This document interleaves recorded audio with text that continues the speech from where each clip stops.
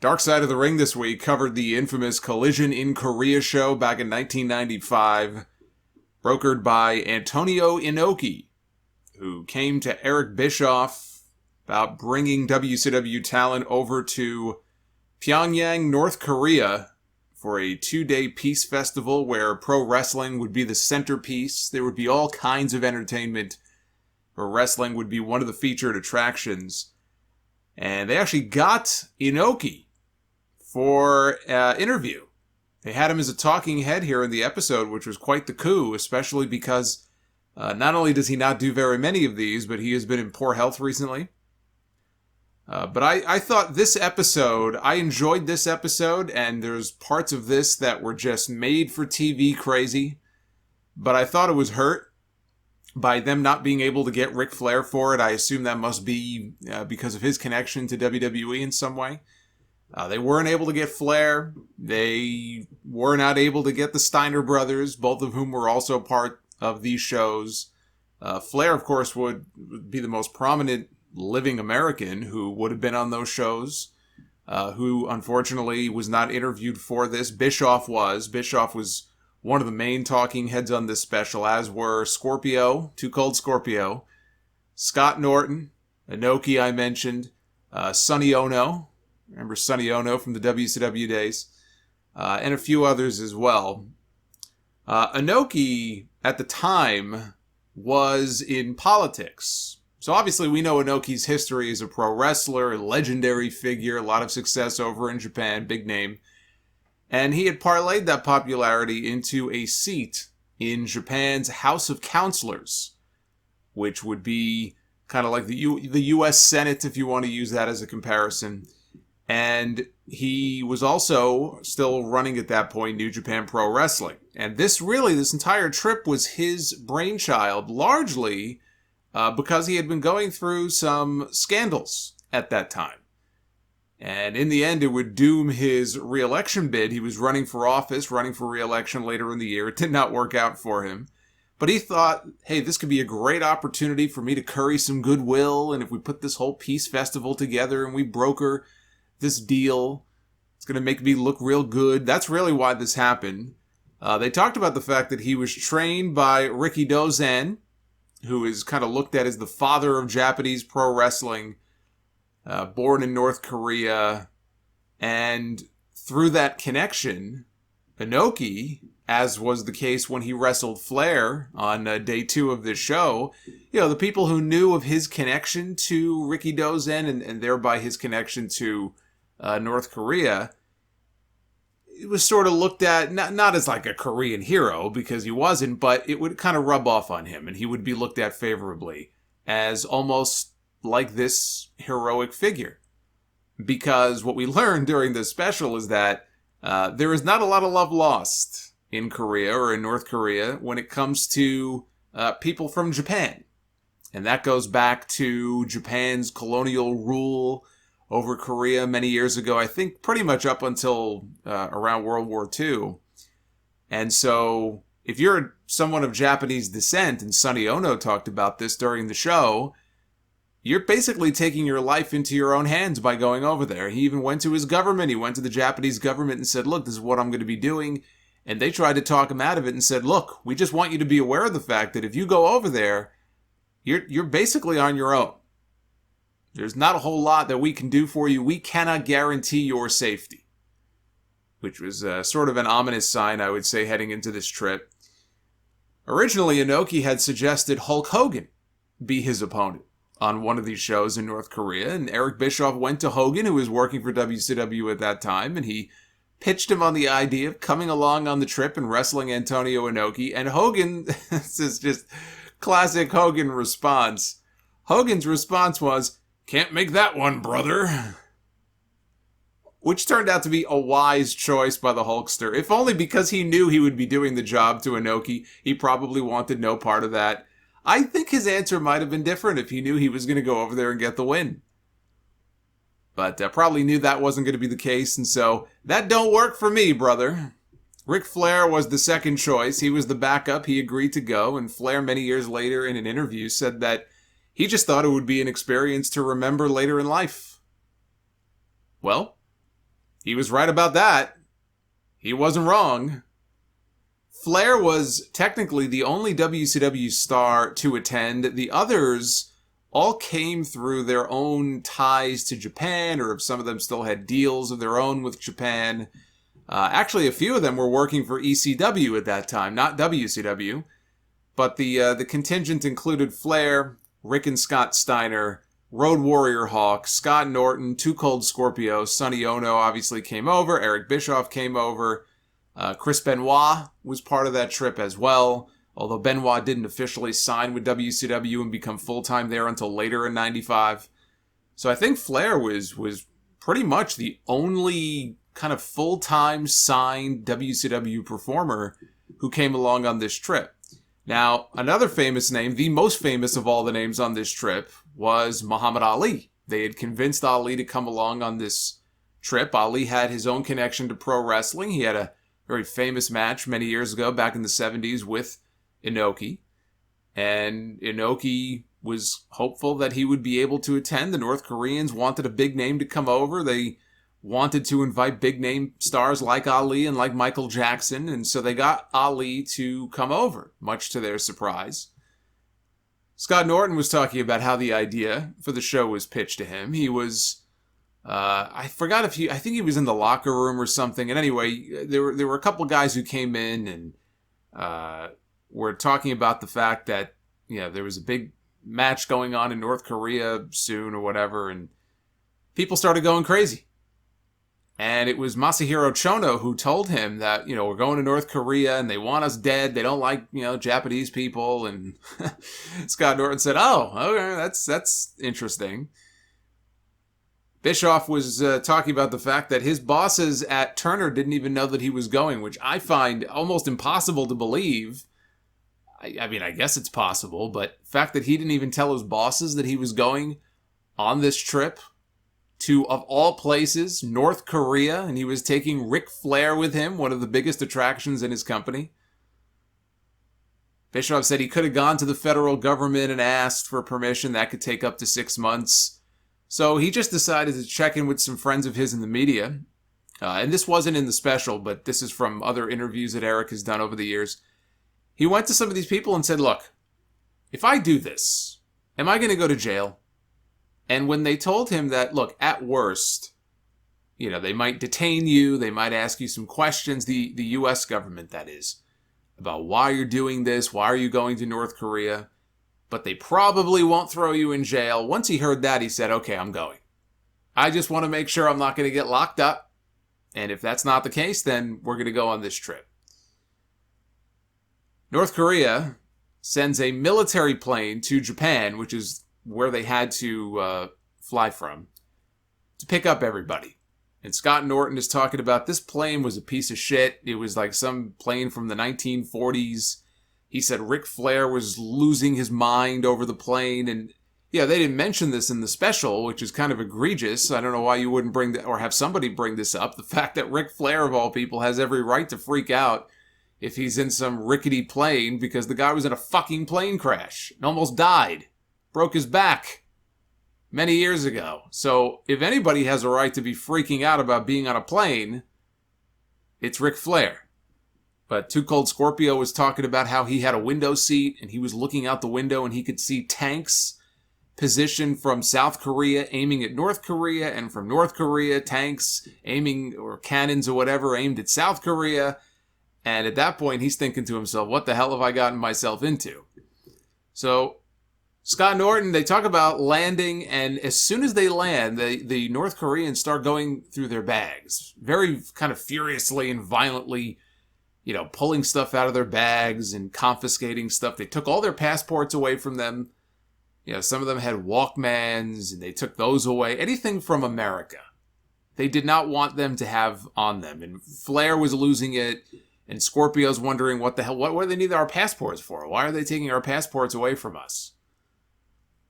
So one of the talking heads in the special was a former correspondent at the time for CNN who would cover North Korea. And in fact, he was covering them on this trip.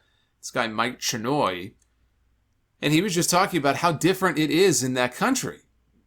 And it's just everything about this trip and everything about this event was just very bizarre. North Korea, they're so cut off and isolated from the rest of the world. I mean, I've read stories about the North Koreans at that time, or not interviewing, but inviting celebrities and politicians and well-known names to come for state visits and stuff. And there was one story I read. Apparently, they were inviting. They wanted to invite Bill Clinton, and they got Roger Clinton instead. Just like stupid stuff like that, because these guys are so cut off from the rest of the world. It's such a bizarre place to be if you are from America or if you're from another country, and they kind of just drop you in there. It's just almost, it feels like being in Bizarro land, just because of how regimented and how controlled things are over there. Bischoff said they knew things were serious because as soon as they got there, they paired everybody off in twos. They sent them to cars where everybody had their own chaperone that was going to be around them 24 hours a day. Somebody told him, might have been his handler who told him, or maybe the driver, you're only the 7th American to step foot in North Korea that had not been shot down or captured. And that pretty much put things in perspective for Bischoff at that point. Ric Flair, in his book, To Be the Man, talked about how his handler was stunned to find out how expensive the Rolex watch was that he was wearing. Now think about how much money the people, probably even today, but back then in North Korea were making. I don't have the numbers in front. I mean, I've read about it before, but nothing. They basically made nothing. And here's this American saying, oh yeah, I got like a $15,000 Rolex watch on my wrist. Meanwhile, this guy who lives in North Korea probably doesn't even make $15,000 in a year. And this guy is wearing it on his wrist. And Flair just couldn't believe it. He had no idea that this is how things were over there. Bischoff mentioned they were all given flowers. They had to make a pit stop to the statue of Kim Il-sung, who had died the year before, the fallen leader of North Korea who had passed away. And they had footage of this. They actually had some limited footage from parts of the trip, which was fascinating. That was one of the best parts of the documentary, is that some of this was recorded and preserved on video. So you see Muhammad Ali at the airport doing magic tricks for some of the wrestlers, trying to entertain them. There's footage of these guys. Here's Ric Flair, right? Where the heavyweight champion of the world. Maybe at that point he wasn't, but here's Ric Flair with flowers walking up to pay tribute, to pay homage to this fallen communist, dictator. It's just bizarre to see. But what are you going to do? I mean, when you're over there and they're like, this is what you're going to do, you're not going to turn around and say, fuck you, I'm not doing that. I mean, you could, but you're probably not going to find your way home if you do that. So Scott Norton was talking about what it was like being in the hotels over there. Any movement they made, anytime they walked out of the room, there was somebody outside that room following them at all times. The TV that they had in their hotel rooms only had like 3 channels. It was all filled with state propaganda and news and political news. And he was going crazy because he had nothing to do. There's no way to entertain yourself. So they find out that downstairs in one of the rooms, there's a pool table, which shocked them that they actually had a pool table. So they go down there and they're playing pool. And one of the balls I went flying off the pool table when he hit it. And it fell. It was like bouncing on the floor and it fell at the feet of some of the guards. And the guards flipped out and they said, that's it. No more pool. And Norton wanted to kill these guys, but he had to stop himself. He was restrained by some of the other wrestlers, but he had to stop himself and say, look, if I do something I'm going to regret here, I ain't going to get out of here. So I have to control my temper and basically just eat shit and enjoy it. But he was losing his mind. Now, Bischoff told one story about how he went for a morning run, a morning jog. When the sun was first coming up, the streets were totally empty. And as people started to come out, it was like the parting of the Red Sea. They were looking at Bischoff with these looks of just sheer terror on their faces because this fear of the American people and how the American people are evil and bad. And this is what they're taught. This is how they're educated. It is instilled in them from birth. And here's this American who's just running all by himself down the street. how often do they see this? He gets back to the hotel. His handler is livid. And Bischoff is worried now that this woman, her life could potentially be in jeopardy, that they might kill her because they allowed him to kind of slip out and go on this run unattended. So then they shift. And you can hear the producer ask Scott Norton if he's aware of there being an incident on this trip involving 2 Cold Scorpio and Road Warrior Hawk.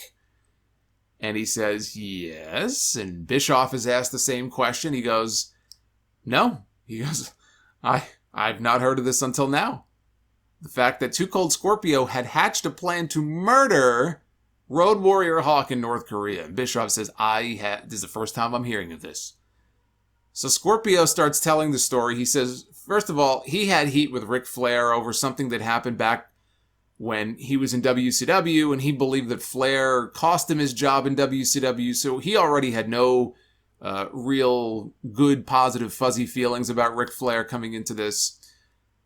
In North Korea, on the trip, Hawk apparently was riding with Flair. Flair was the one guy who actually had a car to get from point A to point B. I'm sure he wasn't the one doing the driving. He had a car. Everybody else had to go by bus. So one day, Hawk decides to ride the bus with the boys. And Flair comes on the bus and he's looking for him. And Scorpio just shouts, "Fuck that pussy, let him ride by himself," I guess in reference to Flair. Hawk turns around and says, "What did you say?" And Scorpio says, "Well, what part of what I just said did you not understand? Was it the pussy part? Or was it the ride by himself part?" And that set off Hawk. Scorpio claims that Hawk used the N-word on him. He came at him. Hawk threw a punch that he says missed. And then Scorpio landed a whole bunch of shots. Hawk was bleeding. Scorpio went for his eye. He tried to rip his eyeball. He had his eyeball halfway out of his skull. Some of the Japanese wrestlers pulled him off. Scott Norton, his take on it is, Hawk was battling hepatitis C at the time. And I think Road Warrior Animal mentioned that on the Road Warriors Dark Side of the Ring special. Hawk did a lot of stuff that he shouldn't have done. Hawk was out of control. When it came to the partying and the booze and the drugs, even when he was in Japan, Hawk was out of control. And took and did a lot of shit that he shouldn't have. He ended up with Hep C. And he was on this drug called interferon at that time, which makes you very weak and very sick. And Norton says he was on interferon during this trip. And he said, Scorpio can think whatever he wants, but if this was normal, fully healthy Mike Hegstrand, he would have killed 2 Cold Scorpio. And you could tell, Norton was obviously friendly with Hawk and, seemed to be taking his side in things and doesn't take very kindly to Scorpio telling these stories. And he believes that if Hawk was of good health at that time, things would have gone very, very differently. And maybe they would have. So Norton tells a story about trying to call his wife at home. He's in his hotel room. He calls his wife. His wife is asking him, "Where the hell have you been?" She thought he was out partying with the other guys. He's trying to explain to her, "You don't understand. You don't get what's going on here and the kind of shithole that we're in here." And as soon as he says shithole and he's insulting North Korea, the phone line goes dead. He thought that maybe his wife had hung the phone up on him. And all of a sudden there's a knock on the door. And he opens the door and it's this gentleman who speaks perfect English who says, "You've got to come with me." They take him into a room. They're like detaining him basically in this room. And it's being guarded by these armed military guards. And all of a sudden into the room comes this guy. He calls him the top dude. And he tells him in English, "You cannot say anything bad about North Korea. We are a superior country," and blah, blah, blah. And it was at this point that he realized that his phone was bugged, or his phone was tapped. His room was probably bugged. They are listening in on his conversations. They are monitoring his every move. Now he is completely freaked out. He apologizes. He says, "I'm not going to say anything bad about North Korea." In an interview that he did years ago with the Hannibal TV YouTube channel, Norton said that, after that meeting, he's just back in his hotel room sitting there thinking, or maybe when he was in the interrogation room, he's just sitting there thinking, "The hell have I gotten myself into? Nobody knows I'm down here. Nobody knows where I am. right? Remember, they took their passports away from them, so as far as they know, they can't even get out of the country unless they get their passports back. And he's just thinking, this is it. This is how it ends. I'm dead. And he says that he believes if Antonio Inoki was not on that trip, because the belief is that Inoki had made a call to smooth things over, they let him go. But Norton believes that if Inoki was not on that trip, and if Muhammad Ali was not on that trip, he would be a goner. Because who the hell is he? He's just a random pro wrestler. Nobody knows. Nobody cares. But when you have a big celebrity like Muhammad Ali on the trip, and they're less likely to do something. That's at least what he was thinking. But he's convinced that he would have been dead were it not for those guys being on the trip. So back to Hawk and Scorpio. Scorpio says he tried to smooth things over with Hawk. Let bygones be bygones. Claims that Hawk took a swing at him instead. So they get into another scuffle that has to be broken up. And later on, Scorpio is thinking, okay, you know what? I gotta take things to the next level. They're at a state dinner, and very covertly, he smuggles a set of steel chopsticks out of the dinner. And at the time, he was rooming with Chris Benoit. He was dorming with Chris Benoit. And he decides to make a shiv out of the chopsticks. And he mentions that his father was in prison, so he knows how to make a shiv. He's sharpening them on the windowsill. And Benoit was trying to talk some sense into him. Now imagine, Chris Benoit trying to be the voice of reason and talk someone out of committing the act of murder. He tells Scorpio, look, if you kill him, you're never going to leave this country. And I have to say, listening to him tell these stories, as entertaining as Scorpio was here, Scorpio comes off on this show, in this episode, like the biggest fucking idiot in the world. I don't know if he thought he was coming off as cute, or just trying to be funny or what, but he comes off like a complete dumbass in this episode. Why in the world, of all the places to even think about murdering someone, would you choose to do it in North Korea? When you know that you're not going to leave, you're going to be stuck there for the rest of your life if you try to pull something like that. So it's time for the shows. Day one of this 2-day festival. Norton is in a limousine riding with Flair. And they see lanes of people walking to the stadium. And here's Scott Norton thinking, boy, we're a big deal. We're like made men here. Look at all these people. And the driver turns around and says, no, these people are forced to be there. And if they don't attend, they get a bullet in the head. Don't give the Saudi prince any ideas for those Saudi Arabia shows. Bischoff talked about there being 170,000 people there, and he's thinking, boy, we're leaving WrestleMania in the dust. They're going to be so jealous of us. When the show begins, Bischoff realizes very quickly, as all the wrestlers do, that these people have no fucking clue what they're watching. They don't know what pro wrestling is. If anything, they thought probably it was something like amateur wrestling.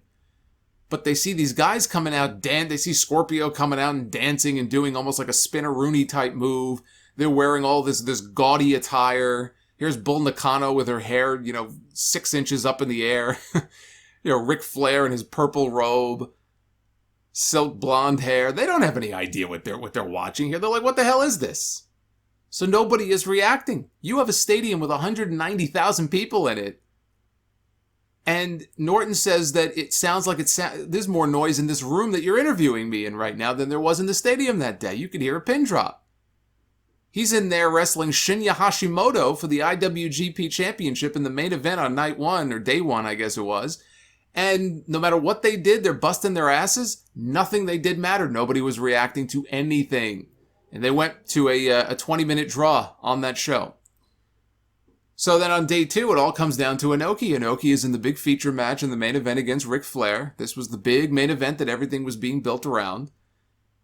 And even the Inoki match with Flair, it's very quiet for the first, 10, 12 minutes of it or so. But slowly, it's Inoki who starts to get the crowd into the match. And again, he's the guy who is, defending the honor of his mentor, the great Ricky Dozan, who is this big name with this history of, being North Korean. And Ricky Dozan hid the fact that he was from North Korea because, again, it would have basically killed his career and it could have put him in jeopardy himself.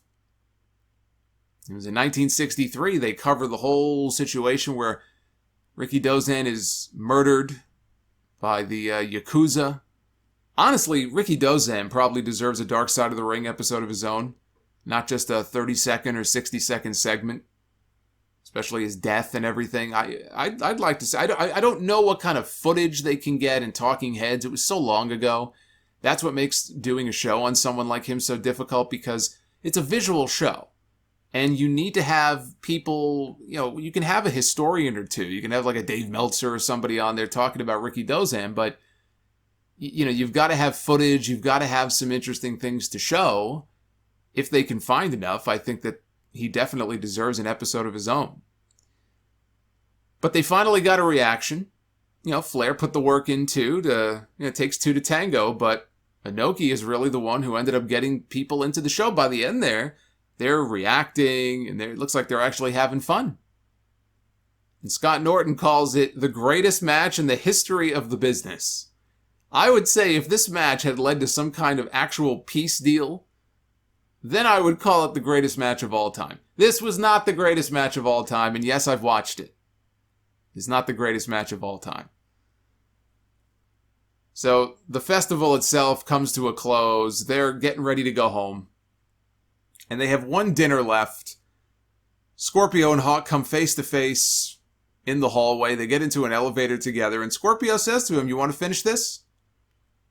He claims that Hawk apologized. Said he was just cranky because he had no pills and he had no steroids on him. Scorpio accepted his apology, but he told Hawk, look, when we get back to Tokyo, we can finish this. And that didn't end up happening, Scorpio says, because he got an ass whooping and he learned that Scorpio ain't one to mess with. Now, I don't doubt that Too Cold Scorpio is a tough guy and he knows how to make a shiv, but we're only getting one side of the story here because the other guy is dead. Hawk was no angel. He probably did mouth off to Scorpio and say something that he shouldn't have said. But again, Scorpio, very entertaining in this, but came across like a very, very dumb person. Trying to murder someone in a country with a communist dictatorship that confiscated their passports upon arrival. Not the sharpest knife in the drawer, the sharpest shiv in the drawer is Too Cold Scorpio. That's what I got out of this episode. Bischoff says, when they got back to Japan, Ric Flair and Scott Norton said the same thing. Ric Flair, in his multi-$1,000 suit and alligator shoes, gets down on his hands and knees and he kisses the ground. Kisses the tarmac. Once they get off the plane, and he's wooing and he's so happy to be in Japan. He's so happy he survived. Inoki ended up losing that re-election bid of his later in the year. Got out of politics for a very long... He eventually got back into politics, but he got out of politics for a very long time. Scorpio said that being able to wrestle in front of such a big crowd like that is the one and only thing he has over Hulk Hogan. He could say that I wrestled in front of 190,000 people 2 nights in a row. Eric Bischoff said that he's been a part of WrestleMania. He's attended Super Bowls. They all pale in comparison to what he saw in North Korea. And he says he knows Vince McMahon was livid. They had a bigger crowd than WrestleMania, but then he admitted that his joy didn't last very long because he found out that people were forced to be there. But still, technically, he says he was part of the largest wrestling event in the world. He goes, yep, I did that. Meanwhile, the show, once it aired on pay-per-view, only did 30,000 buys, which was a fail. It's not available on the WWE Network if you try to bring it up on there or on Peacock. So either WCW did not have the rights to the footage at the time that WWE acquired their library, or maybe they have it and they just think that it's too controversial to put up. I don't know. But if you search around online, you can find the show. It's not a great show, but if you want to just take a look at it, watch the main event on night 2, if you search, you can find it. Honestly, one of the best stories they didn't even cover was Kensuke Sasaki and Akira Hokuto meeting on this trip for the very first time. They didn't just have male wrestlers there, they also had some Japanese female wrestlers there. They met on this trip for the very first time. They fell madly in love, And they had, supposedly, as the story goes, they had sex at the hotel so loud, it woke everybody up, and the cops had to be called. And then, later that year, they got married, and they've been together ever since. Now, see, that's a love story. And how that didn't get mentioned, I'll never know. But that's your Dark Side of the Ring review on Collision in Korea. Very interesting episode that, if anything, I think was hurt by not having more people to talk to. And, some people are gone, but again, Flair would have been nice to have. I understand if they couldn't get him. Rick Steiner was there. Scott Steiner was there. Don't know why they either didn't try, or if they did, why they didn't want to participate. So it may not be their fault, but I think that did hurt the episode a little bit. But on the whole, I enjoyed it. It's a wild story. It is a wild and crazy story. We have Warrior Week coming up. As I am recording this tonight, The Ultimate Warrior is being featured on the WWE A&E Biography series. So you'll get one perspective from there. And then the next episode of Dark Side of the Ring, which I'll review next week, is on The Ultimate Warrior.